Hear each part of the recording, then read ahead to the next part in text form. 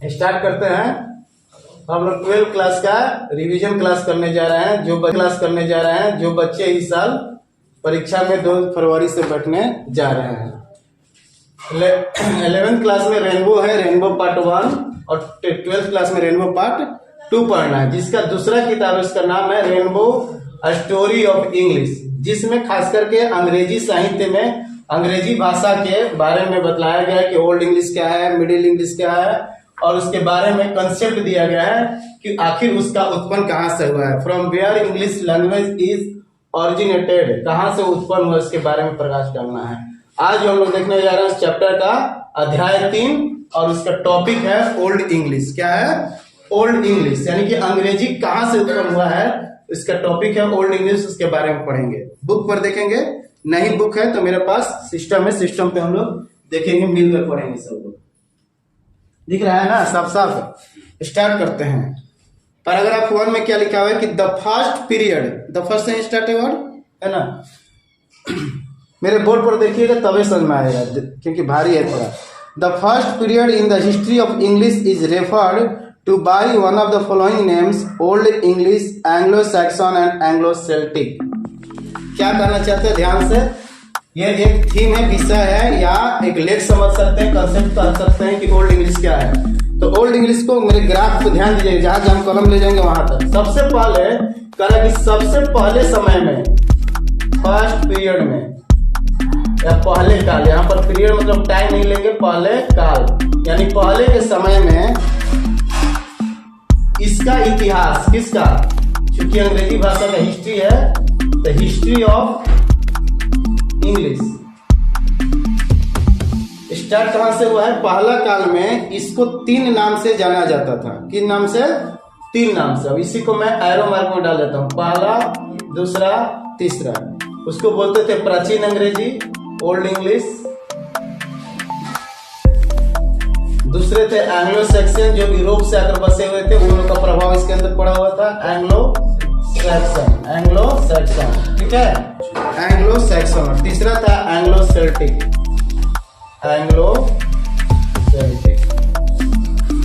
इतना समझ में आ गया? एक पॉइंट हमको एक एक लाइन, एक एक वर्ड पकड़ के जाना है। जरूरी नहीं है कि जल्दीबाजी में चैप्टर खत्म करना है। लिखा हुआ है कि the first period in the history of English is referred to by one of the following names.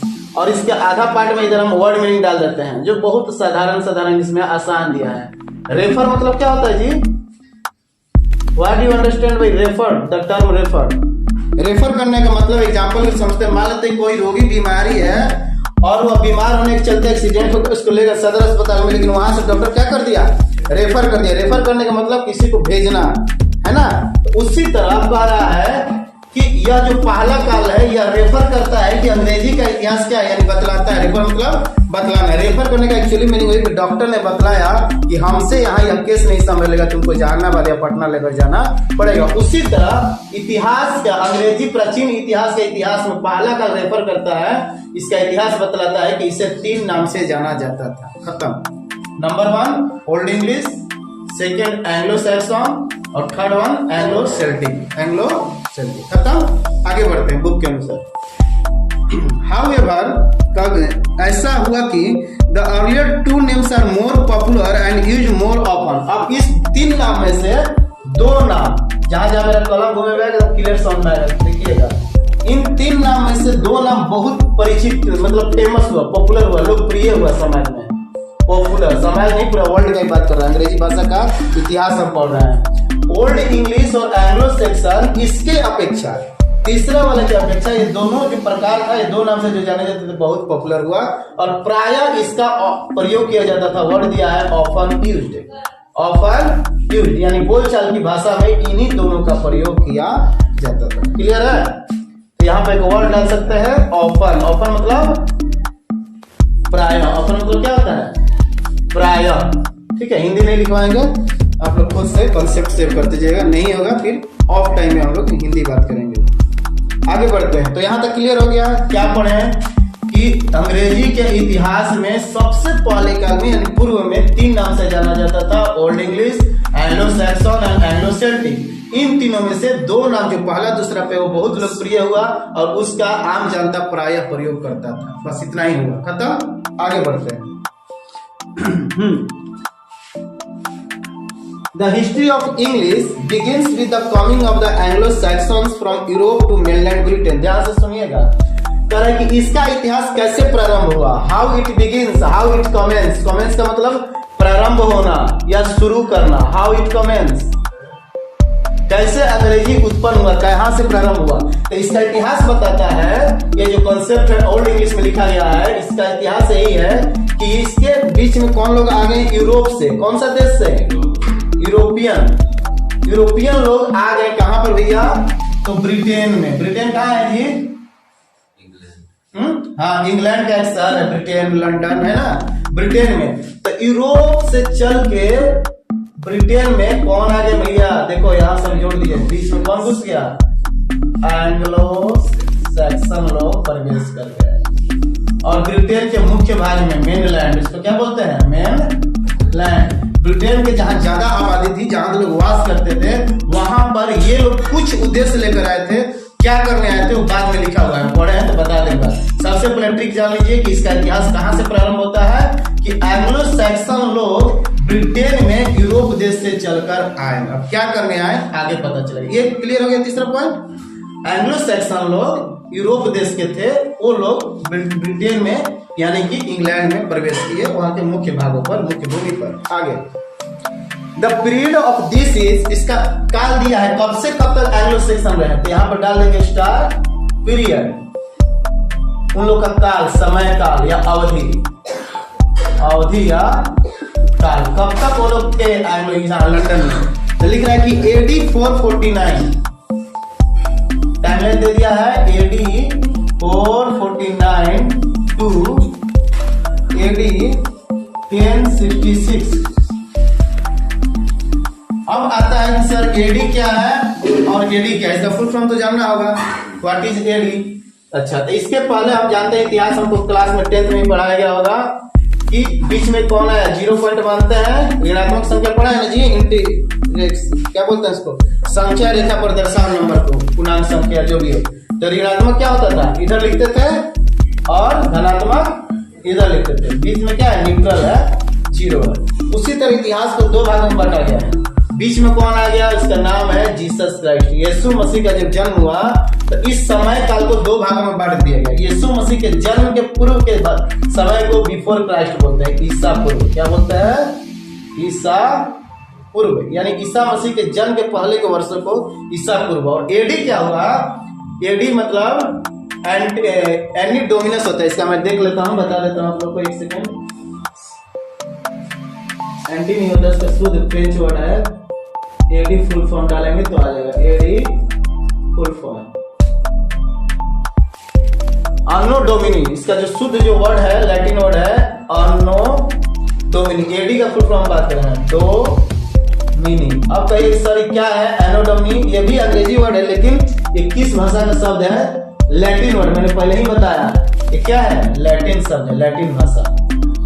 जैसे हमारे भारत में ब्रज भाषा है, मैथिली भाषा है पहले का, उसी तरह अंग्रेजी के दुनिया में लैटिन वर्ड का एक शब्द है एनो डोमिनी, जिसका शॉर्टकट है एडी। लेकिन इसका अर्थ क्या होता है, एनो डोमिनी का मतलब होता है, लिख लीजिएगा, इन the year of the Lord, in the year of the Lord. इसका शुद्ध मीनिंग होता है, इंग्लिश में समझेंगे तो शॉर्ट में एनो डोमिनी या in the year of the Lord, प्रभु के वर्ष में। एडी का मतलब प्रभु, इनको कहा गया है यीशु मसीह को, जीसस क्राइस्ट को, कि प्रभु के जन्म के बाद वाला जो वर्ष हुआ वो प्रभु का वर्ष है, इसलिए इसका नाम ही दिया गया है in the year of the lord. AD का पूरा इतिहास जान गए, एडी कहां से आया है। एडी एक लैटिन शब्द है जिसका फुल फॉर्म होता है एनो डोमिनी, और इसका अगर मीनिंग कहेंगे अंग्रेजी में तो इसका होता है in the year of the Lord, प्रभु के समय काल में। क्लियर। यीशु मसीह के जन्म के बाद, यानी कि मान लेते हैं जीसस क्राइस्ट 0 पॉइंट पे लेते हैं, यहां से 449 वर्ष बाद ये लोग घुस गए, कौन, ब्रिटेन में एंग्लो सैक्सन आ गया। कहां पर आ गए, यहाँ पे लिख देते हैं एंग्लो सैक्सन एस। और कितना काल तक रहा, यहाँ पे एंट्री किया, ब्रिटेन का हम बात कर रहे हैं, इंग्लैंड में रहा है 1066 एडी, 1066 AD, यानी टोटल कितना साल हुआ जी? इसको घटाएंगे तो लगभग 617 वर्ष ये लोग राज किए हैं इंग्लैंड में। राज मतलब इसका प्रभाव हुआ, भाषा का बात हो रहा है। तो इनका किसका, जो यूरोप से आए थे ये लोग इंग्लैंड में, लगभग 617 वर्ष इनका प्रभाव रहा भाषा में, अंग्रेजी भाषा में। क्लियर कंसेप्ट है या डाउट है कुछ? नहीं, एकदम समझते जाना। मैं बात कर रहा था कि यूरोप देश के लोग इंग्लैंड में, ब्रिटेन नामक जगह में, जहाँ मेन लैंड जनता जहाँ रहती थी, वहां पे लोग आकर वास कर गए। वहां का बोलचाल आपस में मिला, आपस में एनवायरमेंट मिला, आपस में वहां का कल्चर मिला। तो वहां पर ये लोग कितने, लगभग वर्ष दिया 449 से लेकर 266 एडी तक रहे। यानी कि टोटल अगर घटाएंगे इसमें से तो हमको पता चल रहा है कि 617, यानी लगभग 6 सेंचुरी, 6 शताब्दी लोग रहे वहां पर। यहाँ तक खत्म हो गया। चलो आगे बढ़ते हैं, सिलेबस पढ़ते हैं।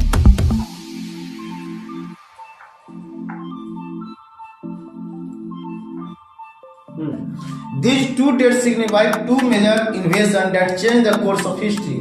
कह रहा है कि यह जो दो डेट है 449 एडी और 1066 एडी, ये दो बड़े महत्वपूर्ण बातों को बतलाते हैं। इन्वेशन हुआ था। इन्वेशन मतलब क्या होता है? एक्चुअली से आक्रमण करना होता है। ये लोग ब्रिटेन में घुसे थे कब? 449 में।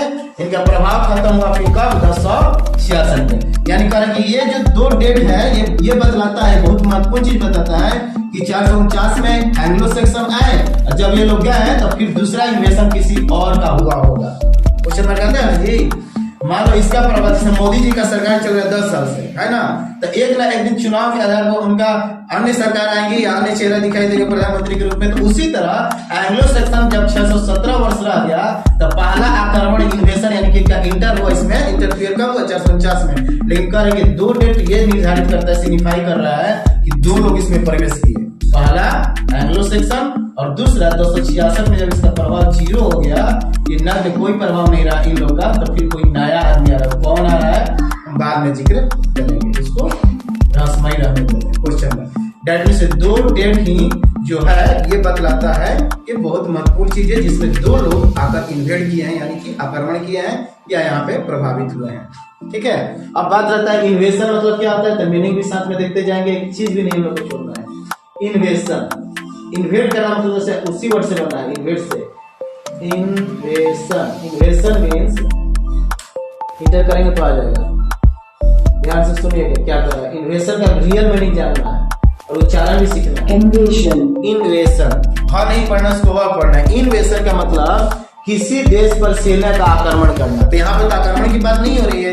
यहाँ के लोग अगर बस गए तो हम उसके भाषा सीखे, यानी कि यहाँ पर लोग प्रवेश किए। वही सिंपल हम पहले बताएंगे, वर्ड जो है मूल वर्ड है इन्वेड करना। इन्वेड मतलब आक्रमण करना। राजा महाराजा पहले एक राज्य दूसरे राज्य, एक साम्राज्य दूसरे प्रांत को जीतने के लिए क्या करते थे? मार करते थे, युद्ध होता था। लेकिन यहाँ पर ये लोग आकर बस गए, इन्वेड किए। यानी कहने का मतलब ये जो दो डेट है ये दो इन्वेडर के बारे में बताएगा। पहला तो पता चल गया 449 में ये आया है, लेकिन 267 से या 266 में छोड़ा होगा, तो इसके कहां से दूसरा इंटर किया है आगे लिखा हुआ है। ठीक है, बुक खरीद लीजिए और बुक में लाइन बाय लाइन पढ़िएगा तो और समझ में आएगा। आगे वही लिख रहा था कि these two dates signify two major invasions that changed the course of history। पूरा इतिहास को बदल डाला।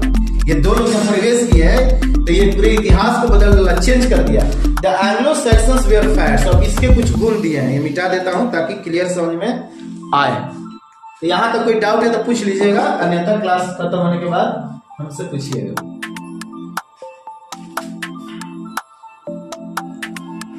केवल मेरे बोर्ड को देखिएगा तो कहानी एकदम अच्छा समझ में आएगी। लिखना कुछ नहीं है, क्योंकि हम लोग सीनियर स्टूडेंट हैं। नोट्स बनाने का दिन गया, माइंड में सेव करिए, घर जाकर रिवीजन करिए। नहीं आता है तब कल फिर एक दिन का टाइम लीजिए आपसे, फिर इसको रिवीजन मिल के करेंगे। अब आता है कि ये जो लोग थे कौन से थे, कौन प्रवेश किया? 449 में कौन आया? 449 में एंग्लो सैक्सन जो आया ब्रिटेन में, इसके कुछ गुण थे। कैसे व्यक्ति लोग थे? नंबर 1 फायर्स, खतरनाक लोग थे। फायर्स मीनिंग देखते जाएंगे, लिखिए यहाँ डालेंगे तो आ जाएगा ऑटोमेटिक।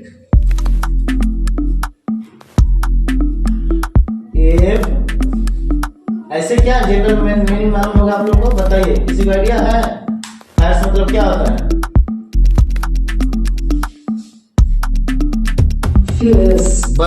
बर्बरता होता है। आक्रामक, फायर्स मतलब क्या लिख देंगे यहाँ पर? आक्रामक। आक्रामक मतलब आक्रमण करने वाला, उसके ऊपर हावी होने वाला, दूसरे को नीचा दिखाने वाला, है ना। या पहले के राजा महाराजा बर्बरता होता था मेरे पास, बर्बरता मतलब निर्दयी व्यक्ति लोग थे, हर समय में आक्रामक थे, फायर्स थे। दूसरा इन लोग का गुण क्या था भैया? लिखा हुआ है कि फायर्स थे, उसके बाद वार, ये लोग युद्ध हमेशा किया करते थे। पहले यही होता था इतिहास काल में, जब इतिहास उठा के देखेंगे वार। लेकिन वार कैसे करते थे? लाइक ट्राइब मतलब आदिवासी लोग जैसे रहते थे, लाइक ट्राइब्स, वो लोग लड़ाई करते थे, युद्ध करते थे। कहाँ के ट्राइब्स थे? क्योंकि यूरोप के थे, पहले ही बताया है, तो यूरोप के लोग ट्राइब थे, इसलिए उसी टाइम में यूरोप कैसे लिखा था, कंफ्यूजन हो जाता है, EUROP, यूरोप के जो कुल का उसके जैसा लोग लड़ाई करते थे, युद्ध होता था। तीसरा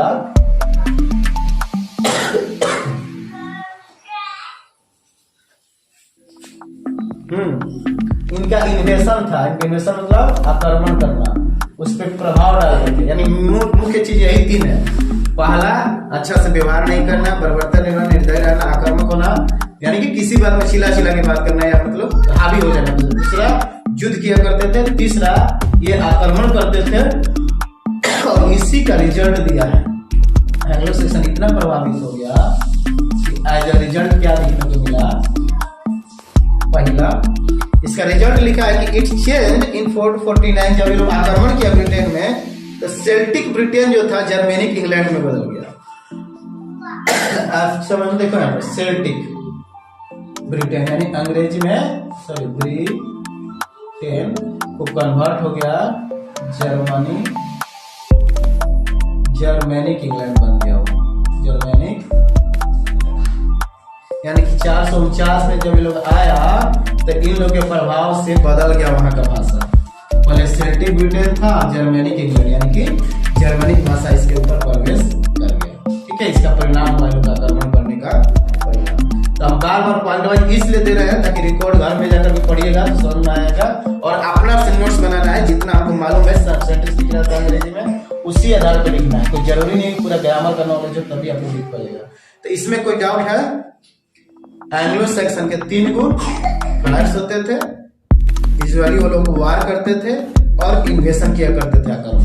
जिसका परिणाम देखने को क्या मिला कि जो पहले सेल्टिक ब्रिटेन था वो जर्मेनिक इंग्लैंड में बदल गया। इंग्लिश नहीं है, लैंड से जोड़ेंगे, जर्मेनिक इंग्लैंड में क्या हो गया? चेंज हो गया। लिखा हुआ है, मैं पढ़ देता हूँ, उसको सुन लीजिएगा। The Anglo Saxons were fierce warlike tribes from Europe and their invasion in 449 changed Celtic Britain into Germanic England। खत्म, आगे बढ़ेंगे। The Norman Quest, अब नया कंसेप्ट आता है, नॉर्मन कॉन्क्वेस्ट। ये अलग कंसेप्ट है। यहां तक खत्म हो गया एंग्लो सेक्शन का, यहाँ का पार्ट खत्म, पार्ट 1 खत्म। नॉर्मन कॉन्क्वेस्ट इन AD 1066, 1066 ईस्वी में, ईसा पूर्व नहीं, ईस्वी में the Norman conquest in AD 1066 and resulted in the fusion of a large number of French words into the vocabulary of English from Europe to mainland Britain। अब सुन लो, दूसरा प्रवेश कर गया। एंग्लो का खत्म कर दिया कहानी, अभी नॉर्मन लोग आ गए। नॉर्मन कॉन्क्वेस्ट किया, कब किया? ब्रिटेन में इन AD 1066। और क्या उसका प्रभाव पड़ा? इसका इफेक्ट क्या पड़ा कि भाषा वहां का बदलने लगा। कौन सा भाषा आ गया? फ्रेंच। कौन सा भाषा? French. The Norman conquest in AD 1066 resulted in the infusion of a large number of French words into the vocabulary of English from Europe to mainland Britain। Europe, वहीं से आए थे लोग, यूरोप से। मुख्य भाग जो था मेन लैंड ब्रिटेन। अब यहाँ का चूंकि अंग्रेजी, हम लोग, हमारे पास 2 अंग्रेजी होता है मोबाइल में, एक यूनाइटेड स्टेट वाला आता है और एक इंग्लैंड का अंग्रेजी। तो हम लोग भारतीय लोग इंग्लैंड वाला अंग्रेजी का पढ़ाई करते हैं, ठीक है, क्योंकि वहां का स्लैंग अलग है, अमेरिकन इंग्लिश अलग है और इंग्लैंड ब्रिटेन का इंग्लिश अलग है। तो इंडियन होने के नाते हमारे यहाँ जो भी किताब है सब ब्रिटेन का इंग्लिश है। अरे समझ में? तो कह रहा है कि यहाँ का इस इंग्लैंड का जो अंग्रेजी भाषा था उसके शब्दकोश में, यानी कि पहले से जो शब्दकोश था इंग्लिश वोकैबुलरी था, इसके शब्दकोश में, इसके डिक्शनरी में फ्रेंच भाषा जुड़ गया, क्योंकि 1066 में कौन आ गया? नॉर्मन लोग प्रवेश कर गए। खत्म, यही लिखा हुआ है। तो पैराग्राफ 1 में कोई डाउट हो तो अभी पूछ लीजिए, अन्यथा घर से फिर पढ़ के आइएगा, फिर डिस्कस करेंगे। क्लियर है? तो 5 लाइन में कितना बहुत बड़ा कहानी हम बता दिए, है ना, जबकि है अभी एक पैराग्राफ खत्म किया है। तो न हड़बड़ाना है न दौड़ना है, धीरे धीरे कछुआ चाल की तरह जाकर झंडा का पहरा देना है, यानी कि सक्सेस हो जाना है। खत्म? सर कोई डाउट नहीं। अब आते हैं पैराग्राफ नंबर 2 में। मिटा दो इसको।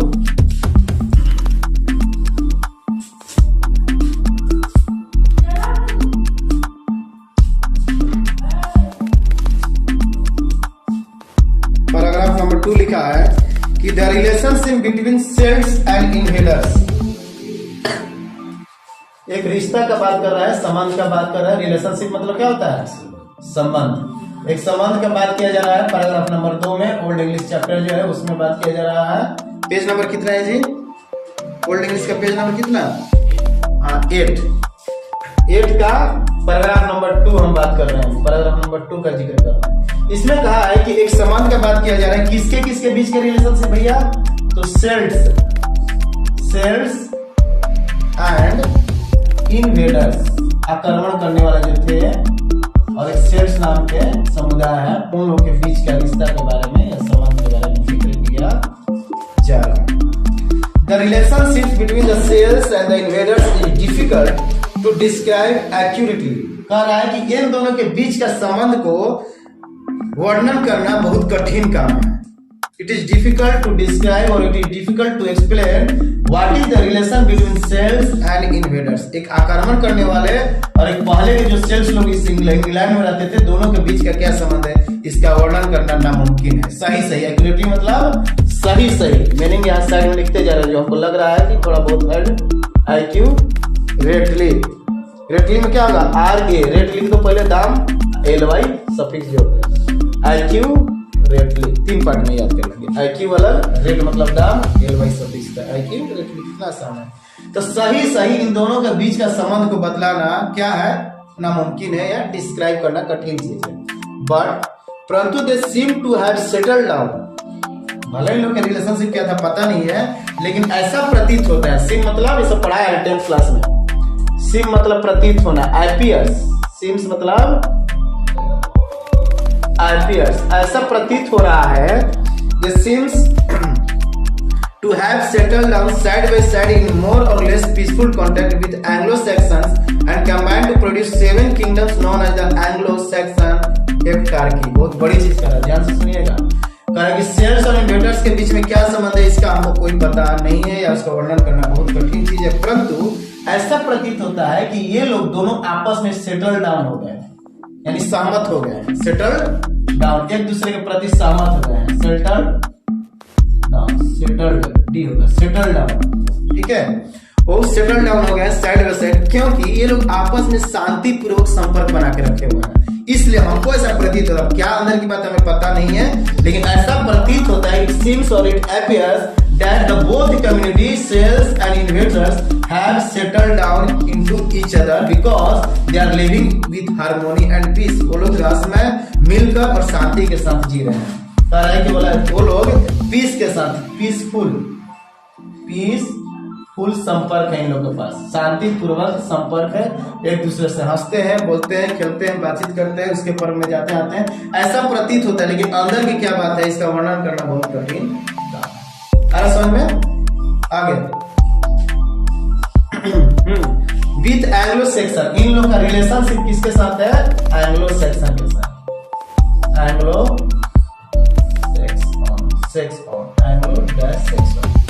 सेक्शन के साथ।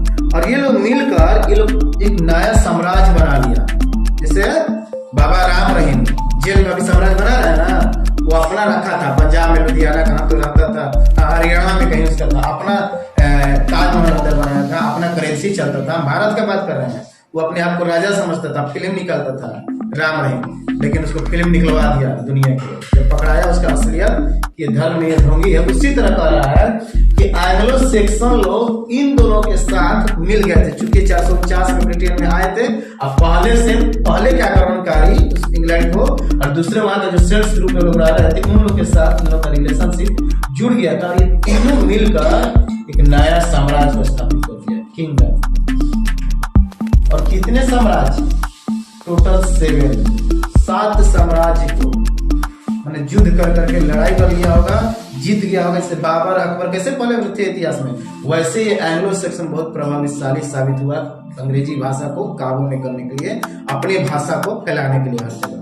कुछ और भी उद्देश्य होगा, लेकिन जिक्र किया गया भाषा का, तो केवल भाषा का हम बात करेंगे। ठीक है, आगे बढ़ते हैं, बुक दीजिए। तो कहां तक हम लोग गए थे? कि इन लोग का संबंध जो था सेल्स और इन्वेडर, इन लोग के बीच का संबंध का वर्णन करना नामुमकिन है, लेकिन आगे देखा गया कि ऐसे लग रहा था कि ये 1, 2, तीनों लोग आपस में सेटल डाउन हो गए हैं, शांतिपूर्वक संपर्क रह रहे हैं। लेकिन बाद में पता चला बाप रे बाप, ये तो आक्रमण करके 7 राज्य को बना लिया, 7 किंगडम। पढ़ देते हैं, सुनिएगा। The relationships between the Celts and the invaders is difficult to describe accurately, but they seem to have settled down side by side in more, या तो कम में या तो लेस में, अधिक में या लेस में, more or less peaceful contact with Anglo-Saxon and combined, मतलब एक साथ, to produce 7 kingdoms known as the Anglo-Saxon Heptarchy। Objective में बना सकता है, पूछ सकता है कि वो 7 किंगडम जो राज्य लोग बनाया मिलके तीनों, उसका नाम क्या है? तो उसका नाम है एंग्लो सैक्सन हेप्टार्की। ये इंपॉर्टेंट है, ऑब्जेक्टिव क्वेश्चन आ सकता है, वेरी वेरी इंपॉर्टेंट। या पूछ सकता है इसके बारे में लिखे कैसे इतिहास है कि एंग्लो सैक्सन हेप्टार्की कैसे बना, 7 साम्राज्य कैसे स्थापित हुआ, तो पूरा इतिहास लिखना पड़ेगा। लिख लीजिएगा। तो पैराग्राफ में हाफ पढ़ने, दूसरा में आगे बढ़ते हैं। अब सुनिएगा क्या कह रहा है कि the leaders of this kingdoms, ये जो राज्य थे यहाँ के नेता तो होंगे, या राजा महाराजा को चलाने वाला मंत्री सेनापति होगा। ये किंगडम्स जो है, इन लोग का जो लीडरशिप था, लीडरशिप यहाँ पर लिखते हैं, मिटा देते हैं। अब इसको हम लेकर चलेंगे 7 किंगडम मान के चलेंगे। अब 7 राज्य तक स्थापित कर लिया हम लोग।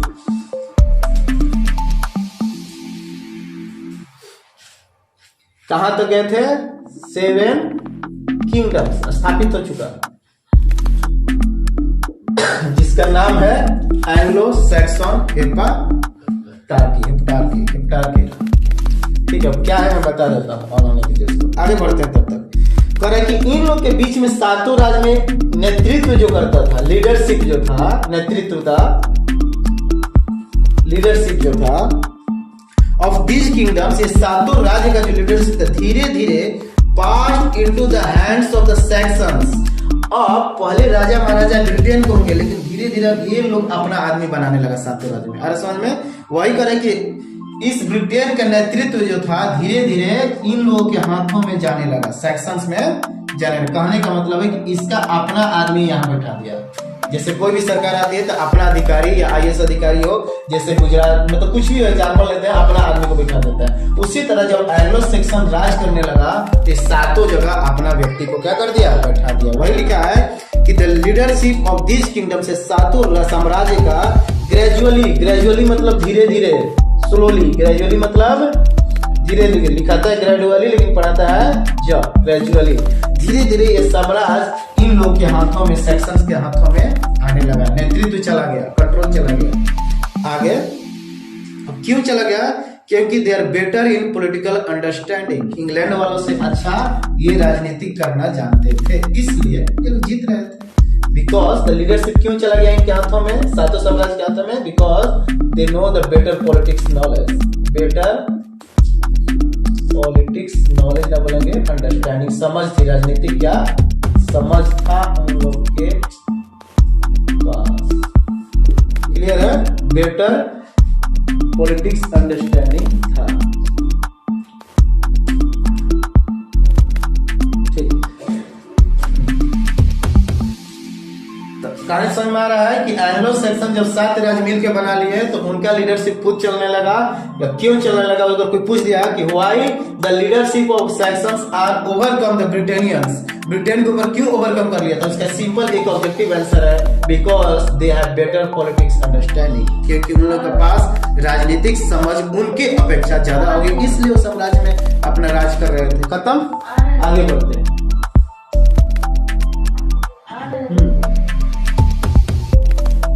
आगे है The Celtic languages were not used for any purpose by them, neither did this language influence the Saxons.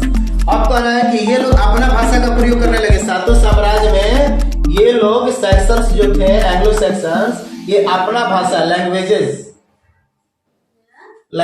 का प्रयोग करने लगे। ब्रिटेन का जो लैंग्वेज था, सेल्टिक लैंग्वेज को छोड़ दिया। सिंपल लिखा है कि the Celtic languages were not used for any model. अब जब इन लोग का राज आ गया तो फिर दूसरा भाषा भूल गए, पुराना भाषा यहाँ का भूल गए। जैसे मान लो हमको इंग्लिश पता है या किसी को इंग्लिश पता हो जाता है, या ज्यादा उसको मतलब आदत हो गया, मतलब विदेश से आया पढ़ाई लिखाई करके मुंह पे इंग्लिश है, तो हिंदी इसको बोलना कठिन महसूस होगा कि नहीं होगा? उसी तरह ये जब राज अपना सेक्शन लोग का राज होता है, ये लोग अपना भाषा ज्यादा प्रयोग करते थे। ब्रिटेनियन सेल्टेनियन भाषा को छोड़ दिया, सेल्टिक भाषा को क्या कर दिया? छोड़ दिया। लिखा हुआ है The Celtic languages were not used for any purpose, किसी उद्देश्य के लिए नहीं। बिजनेस करना हो, न्यूज फैलाना हो, या अनाउंसमेंट देना पूरी प्रजा को, महाराजा को किसी को बुलाना हो, तो ये अपने भाषा में ही बातचीत किया करते थे। आगे, किसी भी उद्देश्य के लिए। नाइदर, न तो did this language influence the Saxon, ना तो इन लोग का भाषा इन लोगों के ऊपर कोई प्रभाव भी नहीं डाला, अन्य भाषा का कोई प्रभाव नहीं था सातों राज्य में। Therefore, इसलिए only a handful to Celtic words exist today, इसलिए आज के दौर में तो थोड़ा बहुत सेल्टिक भाषा वहां बोला जाता है, अन्यथा एंग्लो सैक्सन अंग्रेजी ही वहां चलता है इंग्लैंड में। क्लियर? हैंडफुल मतलब थोड़ा सा, हैंडफुल मतलब थोड़ा सा ही प्रभाव है सेल्टिक भाषा का। यानी कि यहाँ दो भाषा का मेन जिक्र हो रहा है, एक सेल्टिक यानी पुरानी भाषा जो इंग्लैंड का है, और एक ये लोग जो प्रवेश के 449 में सैक्सन का भाषा, एंग्लो सैक्सन लैंग्वेज। क्लियर? और इसी का पुराना नाम है, ओल्ड इंग्लिश को ही एंग्लो सैक्सन लैंग्वेज के नाम से जाना जाता था। और तीसरा कौन सा नाम है? 3 नाम बताए, ओल्ड इंग्लिश, एंग्लो सैक्सन और एक सेल्टिक। ठीक, तो सेल्टिक भाषा ना बोलते तो एंग्लो सैक्सन का प्रभाव था, आज भी है, लेकिन थोड़ा सा। हैंडफुल, हैंडफुल का मतलब क्या होता है? थोड़ा सा, लेकिन शुद्ध इसका आगे जानेंगे तो हम लिख के देख लेते हैं। Handful, HANDFUL, handful. A small quantity और नंबर, वही दिया है, थोड़ा सा। ठीक है, A small quantity और नंबर। आगे बढ़ते हैं। तो थोड़ा सा प्रभाव है, सेल्टिक भाषा है, लेकिन सातवें राज्य में एंग्लो सैक्सन ही चलता है। हाँ, लेकिन कुछ उदाहरण है, सेल्टिक वर्ड्स बचे हुए हैं, थोड़ा इतिहास से लोग बचा कर रखा गया है। कुछ उदाहरण कैसे मिलेंगे भैया? तो कुछ जगह का नाम, प्लेसेस का नाम, और कुछ नदियों का नाम सेल्टिक वर्ड्स में है। आज भी जाएंगे इंग्लैंड में तो वहां पर सेल्टिक वर्ड्स का प्रमाण मिलेगा, नदी का नाम और कुछ जगहों का, शहरों का या राज्यों का नाम आज भी सेल्टिक वर्ड्स में ही है। कुछ एग्जाम्पल दिया है हम लोग की किताब में, इसको हम देख लेते हैं। क्या एग्जाम्पल दिया है समझिए उसको। कह रहा है कि जो सेल्टिक वर्ड है इंग्लैंड का, पुरानी भाषा, प्राचीन भाषा, सेल्टिक शब्द जो है, इनको 2 चीजों में देखा जा सकता है। या तो इंग्लैंड के नदियों का नाम है उस भाषा में, या वहां के जगह का नाम है, प्लेसेस। क्लियर? असल में इतिहास मतलब गवाह है कि वहां पे सेल्टिक भाषा चलती थी, वहां के नदी भी उसी वर्ड पे आधारित नाम है। एग्जाम्पल के लिए जैसे लिखा है, जगह का अगर हम देखते हैं ए में, प्लेसेस, सुने भी होंगे शायद नाम आप लोग, प्लेसेस। उस जगह का नाम क्या है? डोवर नामक एक जगह है, इसको जाकर खोज कर लीजिएगा, देख लीजिएगा मैप में। डोवर, डोवर होगा, यार है ना, डोवर। कंबरलैंड, कुकुम्बर नहीं, कंबरलैंड, ये सब जगह का नाम है। इंग्लैंड का हम बात कर रहे हैं, पुरानी सेल्टिक शब्द है, प्राचीन शब्द है, प्राचीन भाषा अंग्रेजी का। सी में है जी, बोलिए। केंट, हाँ, और सबसे फेमस लंदन। ये भी क्या है? सेल्टिक शब्द है। क्या है? प्राचीन इंग्लिश का शब्द है, सेल्टिक शब्द, लंदन। और यॉर्क, यॉर्क कहाँ है? अमेरिका में है ना, न्यूयॉर्क, लेकिन यहाँ भी एक यॉर्क है। ये क्या है? सेल्टिक शब्द है। तो ये हो गया किस चीज का? जगह का कुछ उदाहरण दिया है आपके सिलेबस में। अब आते हैं नदी का नाम। बी में लिखेंगे यहाँ पर रिवर्स। घर पे जाके YouTube चैनल से नोट बना लीजिएगा, टाइम नहीं है कि यहाँ आप लोग करिएगा, हम देंगे समय। रिवर्स, रिवर्स मतलब नदी। जैसे इसमें से फेमस नदी का नाम हम सुने हैं, एक दो हम जानते हैं। एवोन का तो नहीं मालूम मुझे, शायद आप लोग पढ़े होंगे। थेम्स नदी मुझे मालूम है, मैं भी जानता हूँ इसको। सी ट्रेंट नहीं पता, लेकिन अब पता चल रहा है। डी ये भी नहीं पता, और लास्ट में ई डरवेंट, डर, यानी 5 नदी का नाम और 5 जगह का नाम आज भी सेल्टिक शब्दों पर आधारित है, यानी प्रमाण है कि वहां ये भाषा बोली जाती। यहाँ तक खत्म? कोई डाउट? आगे बढ़ेगा। तो हमको बताइए 4 नदी का नाम बताइए, या 2 नदी का जो आपको याद हो गया आसान से, वह 2 नदी का नाम बताओ जो सेल्टिक वर्ड्स हो। थेम्स आसान है, थेम्स बहुत फेमस नदी है। और दी, घर में दीदी है सबको, सिंपल में दी बोलेंगे, दी। अच्छा, जगह का नाम तो हेमा मालिनी जी केंट का प्रचार करती हैं, आरओ वाटर का, तो हेमा मालिनी जी को याद कर लेंगे, केंट।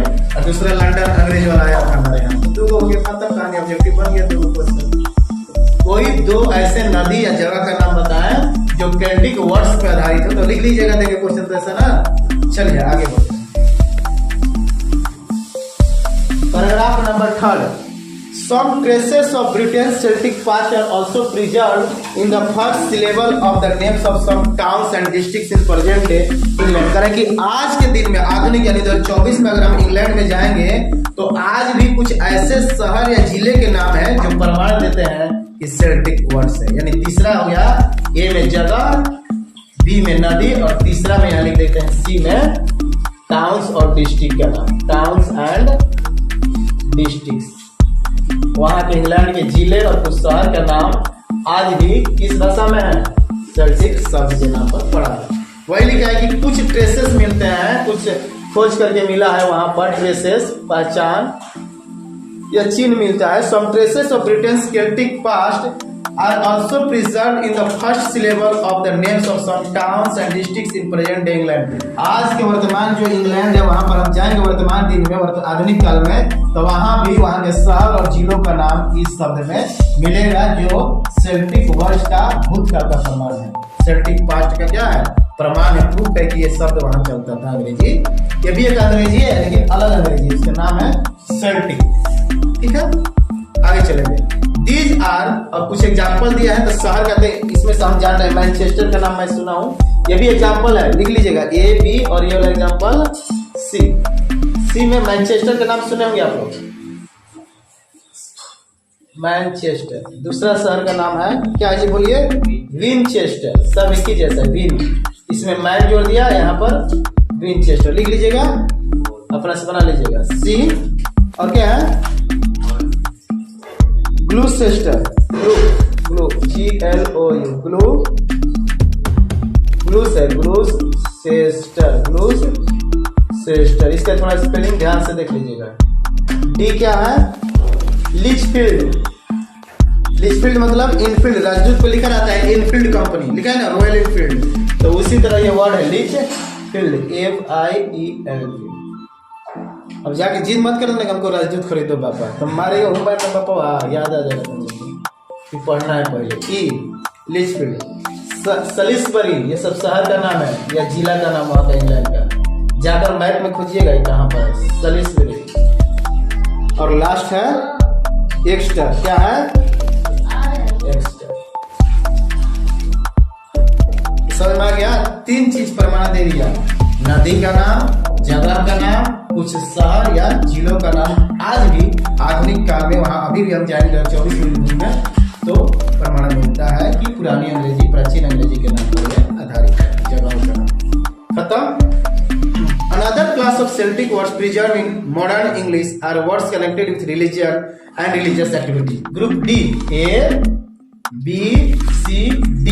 कारण कि आज मॉडर्न जो इंग्लिश हम लोग प्रयोग करते हैं, आधुनिक अंग्रेजी जो है, इसमें भी प्रयोग होता है इन भाषाओं का, सेल्टिक वर्ड्स का, लेकिन दो क्षेत्र में। पहला रिलीजियस, धर्म के क्षेत्र में, रिलीजियस एक्टिविटी, धार्मिक क्रियाकलाप में इस वर्ड का प्रयोग किया जाता है प्राचीन अंग्रेजी का।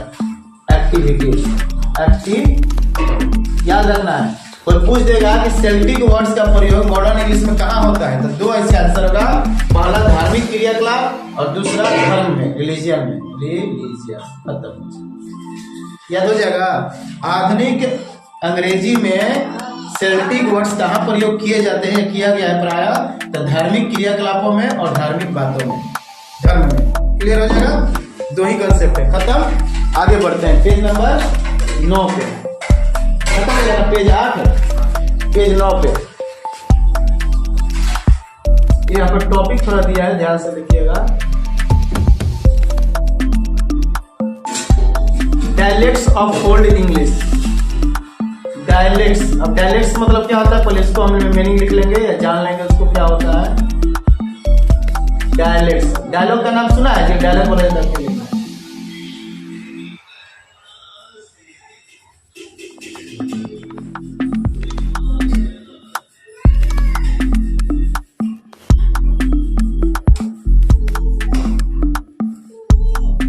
डायलेक्ट मतलब क्या दिया है, उपभाषा। डायलेक्ट मतलब उपभाषा। ये नया टॉपिक है, इसको मिटा देते हैं तब समझाते हैं।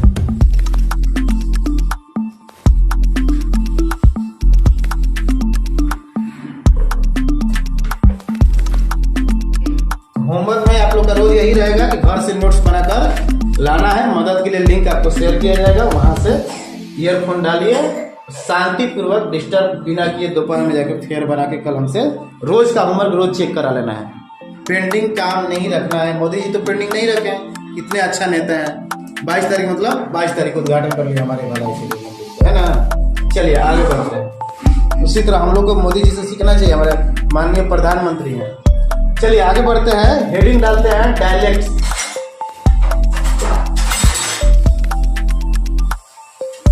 Dialects of old English. अंग्रेजी, प्राचीन अंग्रेजी भाषा का उपभाषा क्या था, उसके बारे में पढ़ना है। उपभाषा हिंदी लिखते जाना साथ में ताकि समझ में आए। उपभाषा या इसका इंग्लिश एक्सप्लेनेशन अगर देखते हैं तो लिखा रहता है कि a form of language that is spoken in one area of a country. इसका ओरिजिनल मीनिंग हुआ कि भाषा का रूप, भाषा का वह रूप, भाषा का वह रूप जो किसी देश के खास क्षेत्र में बोला जाता हो, किसी देश के खास क्षेत्र में बोला जाता हो।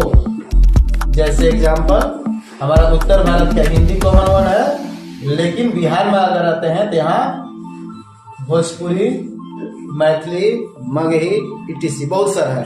तो हर एक क्षेत्र का अपना लोकल भाषा होता है, उसी का इंग्लिश वर्ड है उपभाषा या डायलेक्ट्स। समझ में आ गया होगा इतना। तो इसका भी उपभाषाएं हैं असल में, यानी अलग अलग स्लैंग है। हम भी भोजपुरी बोलते हैं, आप लोग मगही भोजपुरी जैसा लगता है, लेकिन बोलने का थोड़ा थोड़ा स्लैंग अलग है। कहीं थी लगाकर बोला जाता है, कहीं छा लगा के बोला जाता है ना। उसी तरह यहाँ पर अंग्रेजी का अपना उपभाषा, किसी प्रदेश विशेष की बोली या उपभाषा क्षेत्र में बोला गया। सुनिएगा, there is a clear line of decent.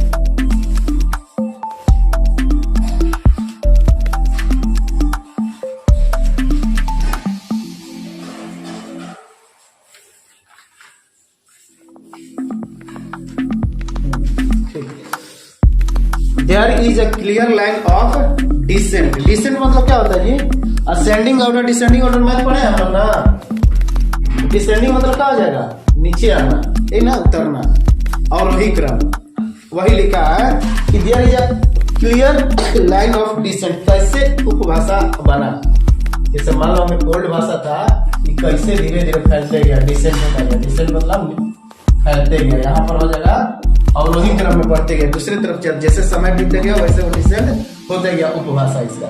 तो कह रहा है कि there is a clear line, ये बहुत साफ रेखा दिखाई देती है, क्लियर कंसेप्ट है कि decent from the speech of the Anglo section two modern English. कहाँ तक कहानी गया था उस पार्ट में, एंग्लो सेक्शन सात राज्य में अपना भाषा का स्थापित किया ना। अब यहाँ से धीरे धीरे घट कर कैसे आधुनिक अंग्रेजी बन गया उसका कहानी पर प्रकाश डालेंगे। अरे समझ में क्या इसमें सीखने जा रहा है, एंग्लो सेक्शन तक देख लिए, उसके बाद सब कैसे डिसेंड हो रहा है, कैसे अंग्रेजी भाषा में हम लोग पहुंच गए मॉडर्न इंग्लिश में, आधुनिक में, इसके बारे में पढ़ना है। There is a clear line of descent from the speech of the Anglo-Saxons to modern English in matters of sound। अब किस किस क्षेत्र में क्या क्या बिंदु है, सार बिंदु उसको याद करना है, कैसे उसका उच्चारण होता है, साउंड अंग्रेजी भाषा यहाँ से यहाँ तक कैसे पहुंचा, साउंड के क्षेत्र में उसका वोकैबुलरी शब्दकोश, वोकैबुलरी होता है, वोकैबुलरी शब्दकोश, आवाज, उसका उच्चारण, शब्दकोश मतलब इसका हो जाएगा प्रोनाउंसिएशन,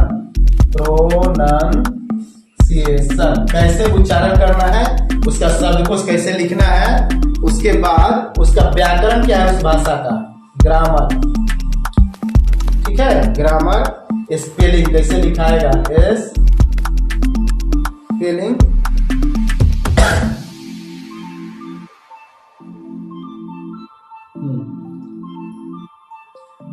लिखा है but old English was not a single uniform language. Old English was not a single uniform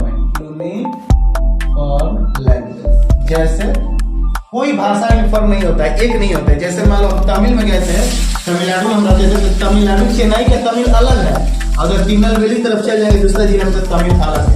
जैसे यहाँ का भोजपुर जिला में भोजपुरी अलग है, मगध में आए थे यहाँ अलग है, छपरा में जाएंगे तो अलग है, उधर सिवान नेपाल बॉर्डर में जाएंगे तो अलग है, लेकिन सब हिंदी जैसा है। उसी तरह का रहा है कि अंग्रेजी भाषा भी, प्राचीन भाषा भी एक रूप नहीं है, उसका भी कोई एक रूप नहीं है। क्यों नहीं है? क्योंकि उसके भी बहुत सारे डायलेक्ट्स पाए जाते हैं, उपभाषा पाए जाते हैं। खत्म। वही लिखा है कि there is a clear line of descent from the speech of the Anglo Saxons to modern English in matter of sound, vocabulary, grammar and spelling. चार क्षेत्र में सुन लीजिएगा, अलग अलग क्या है, उसका उच्चारण, उसका शब्दकोश, उसका व्याकरण, उसका लिखने का तरीका। ये चारों क्षेत्र हर जगह का अलग अलग है। समझ में आया? आगे लिखा है, हाँ, लेकिन इससे क्या पता चल रहा है, ये कंसेप्ट यही पता चल रहा है कि अंग्रेजी भाषा भी, प्राचीन भाषा भी एक रूप नहीं था। नॉट अ यूनिफॉर्म लैंग्वेज, एक रूप भाषा नहीं था। ठीक है, और 2 मिनट में खत्म करेंगे इसको, खत्म कर देंगे पहले। वी कैन डिस्टिंग्विश मतलब भेद करना, अलग करना, अंतर बताना है। डिस्टिंग्विश अंतर बताना, अलग करना, difference between this and that. We can difference 4 dialects in old English. कारण कि ओल्ड इंग्लिश में 4 डिफरेंट उपभाषा है। कितने भाषा? उपभाषा 4। प्राचीन अंग्रेजी में 4 उपभाषा है, 4 डायलेक्ट्स। कहाँ पढ़ा रहे हैं? We can distinguish 4 dialects in old English. अब चारों भाषाएं क्या क्या है? उपभाषा, भाषाएं नहीं, सॉरी, उपभाषा। उपभाषा कौन कौन है? तो पहला है, जी बताइए, केंटिश। दूसरा नॉर्थुम्ब्रियन। नॉर्थ मतलब उत्तर साइड में कोई जाता होगा, नॉर्थुम्ब्रियन, वहां का उपभाषा अलग है। तीसरा मर्सियन, मर्सी वर्ड से बना है, मर्सियन। ये सब जगह का नाम है, रहने वाले लोग हैं। जैसे नॉर्थ इंडियन, साउथ इंडियन है ना, उसी तरह नॉर्थुम्ब्रियन, मर्सियन। और चौथा क्या था जी? West Saxon. वेस्ट पश्चिम, इंग्लैंड के पश्चिम क्षेत्रों में सैक्सन, यानी कि यह जगह पे आधारित अलग अलग भाषा है। जैसे सोल नदी, इस पर अलग भाषा है, इस पर अलग भाषा है। क्लियर? मगध प्रमंडल अलग है और हमारा पटना प्रमंडल का भाषा अलग है। उसी तरह यहाँ के भी प्राचीन भाषा के भी मुख्य 4 उपभाषा थे, डायलेक्ट से। Kentish, Northumbrian, Mercian and West Saxon. याद हो गया? Thus it can be said that the old English was dialectical। इसलिए हम कहते हैं कि ओल्ड इंग्लिश भी, प्राचीन भाषा भी, इसका भी डायलेक्टिकल था, उपभाषाएं डायलेक्टिकल भाषा है। अंग्रेजी भाषा भी क्या है? डायलेक्टिकल भाषा, यानी इसके भी सहायक भाषा है, उपभाषा है। क्लियर? आगे इस प्रकार it can be said that, इसलिए हम इसे कह सकते हैं कि प्राचीन भाषा भी एक डायलेक्टिकल उपभाषा है। This is understandable because 3 different Anglo Saxon tribes were involved and it was but natural that a variety language exist. कह रहा है क्यों संभव हुआ? क्योंकि एंग्लो-सैक्सन के 3 लोग आए थे, 3 समुदाय के लोग, 3 ट्राइब्स। जब इसमें आया था इंग्लैंड में तो 3 आए थे। जैसे मान एग्जाम्पल के लिए SC ST OBC सब इंडियन है, लेकिन कैटेगरी बटा है ना जी, जनरल। तो उसी तरह का है कि एंग्लो सेक्शन जो लोग आए थे, एंग्लो सेक्शन, इनके अंदर कितने ट्राइब बढ़ गए थे? 3 ट्राइब बढ़ गए थे, इसलिए तीनों का अपना बोलने का तरीका अलग अलग था। वही बोलने का तरीका का नाम है उपभाषा या डायलेक्ट। खत्म। वही लिखा कि दिस इज अंडरस्टैंडेबल, ये समझने की बात है, क्योंकि यहाँ पर एंग्लो सेक्शन के 3 कुल या 3 प्रजातियां आकर बस गई थी, इसलिए ये डिफरेंट उपभाषाएं का निर्माण हो गया, उत्पन्न हो गया। Saxon tribes were involved and it was but natural that a variety in language selected। लेकिन वास्तव में देखेंगे प्राकृतिक रूप से वहां पर बहुत सारे भाषाओं का अस्तित्व है, उस समय का बात कर रहा है। तो यहीं तक क्लास आज स्टॉप करते हैं 3 तक। अब समरी में 2 मिनट में बता देता हूँ क्या हम लोग सीखे हैं, ध्यान से सुनिएगा। The textbook name is Rainbow A Story of English। It is a textbook for class 12 and this class is recorded or suited for the students who are going to give the exam or who are going to attend their English paper in February month 2024. Okay, this is the 3rd chapter which is especially prescribed for 12th class. Chapter 1, that is 3rd chapter. Chapter name is Old English. Chapter name is Old English. In this chapter we saw the concept and the origin from where the Old English is produced or originated। कहाँ से उत्पन्न हुआ है उसके बारे में देखें। यहाँ पर हम लोग देखे हैं कि ओल्ड इंग्लिश को 3 नाम से जाना जाता था। कौन कौन सा नाम था जी? किसी को याद है? मैं बोल देता हूँ। ओल्ड इंग्लिश, एंग्लो सैक्सन और एंग्लो सेल्टिक। इनका एंग्लो सैक्सन कैसे होते थे? तो 3 उनका गुण था, फायर्स होते थे, आक्रामक होते थे, दूसरा वो युद्ध करते थे और तीसरा इन्वेशन करते थे, यानी अन्य जगहों को अपने राज्य में लिया करते थे। उसके बाद हम लोग देखे हैं कि सेल्टिक वर्ड्स का कुछ प्रमाण नदी के रूप में, नदी के नाम के रूप में, जगह के रूप में और इंग्लैंड के शहर और जिलों के रूप में आज भी आधुनिक काल में प्रमाण मिलते हैं प्राचीन भाषा का सेल्टिक वर्ड्स का। उसके बाद सेल्टिक वर्ड के बाद नॉर्मन कॉन्क्वेस्ट आ गए 1066 में। उसके बाद फिर उन भाषाओं का क्या होने लगा? निर्माण होने लगा और आधुनिक काल में किस आधार पर उन लोगों को बांटा गया है? उसके उच्चारण पे, साउंड पर, शब्दकोश पर, व्याकरण पर और स्पेलिंग उसका कैसे है उसके आधार पर। उसके बाद मुख्य 4 भाषा है, Kentish, Northumbrian, Mercian and West Saxon. Clear है? ठीक है, चलिए यहीं तक क्लास आज खत्म करते हैं, फिर कल मिलेंगे इसी समय पर। ठीक है, थैंक यू सर।